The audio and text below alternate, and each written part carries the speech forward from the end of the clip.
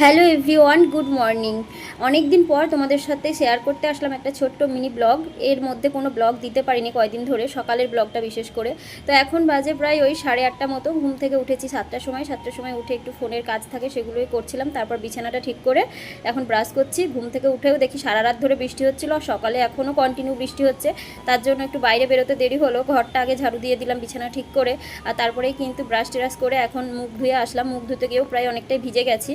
তো মুখ টুক ধুয়ে এসে এখন টাওয়াল দিয়ে মুখটা মুছে নিচ্ছি। এরপর একটু গরম জল খাবো লেবু দিয়ে। অ্যাকচুয়ালি কিছুদিন ধরে এতটাই মনের পরিস্থিতি এতটাই খারাপ যে কোনো কিছু নিয়মকানুন হয় না। লেবু জল তো দূরের কথা, দিনের খাবারটাও ঠিকমতো খাই না। কখন খাচ্ছি কখন ঘুমাচ্ছি কি নিজেও জানি না।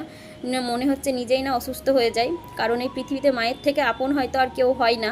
আর বাপের বাড়িতে একটা মেয়ের বিয়ের পরে মা ছাড়া কোনো মূল্যই থাকে না। বাবা মা দুজনেই এতটা গুরুত্বপূর্ণ হয়, তবে মা সর্বশ্রেষ্ঠ। তো মায়ের ভালোবাসাটা কি আগেও জানতাম, তবে এখন যখন মা এতটা অসুস্থ হয়ে পড়েছে তখন বুঝতে পারছি যে অ্যাকচুয়ালি মা কী জিনিস, মায়ের ভালোবাসাটা কতটা।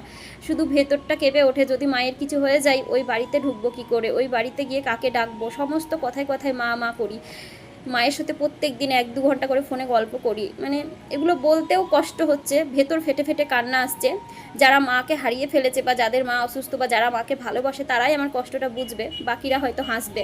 তো যাই হোক, দেখো আমাদের এখানে কিন্তু এত বৃষ্টি, একটু আগেই বললাম তো। দেখো সারা রাত ধরে বৃষ্টি, এখনও বৃষ্টি হচ্ছে। আমার গাছে দুটো ফুলও ফুটেছে।